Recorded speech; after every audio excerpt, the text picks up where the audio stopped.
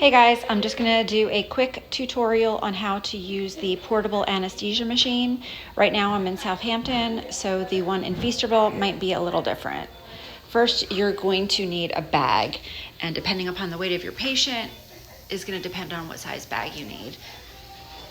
So right now I have a 1, and because it is small, you're gonna go with the smaller tubes. Anything above a 2 bag, I usually go for the bigger tubes. So what you're gonna do is you are going to, everybody knows righty-tighty, lefty-loosey. Just give this thing a little nudge to the left. Your valve is gonna turn on. That's gonna let you know that there is some oxygen in the tank. Depending on if this is an emergency or surgery, will depend on how much oxygen you want.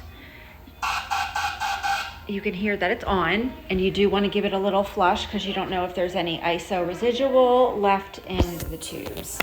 So when you are turning on the anesthesia, now I'm holding the phone at the same time. You're gonna push this down and turn the button at the same time.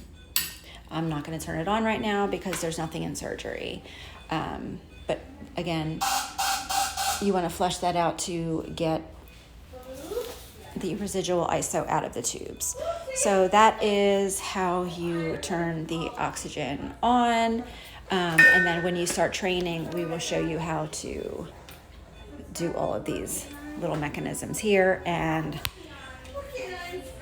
not to go above this when you're giving a patient a breath. But again, that's for surgical training. And right now we're just giving you a quick tutorial on how to use the portable oxygen in the event of an emergency.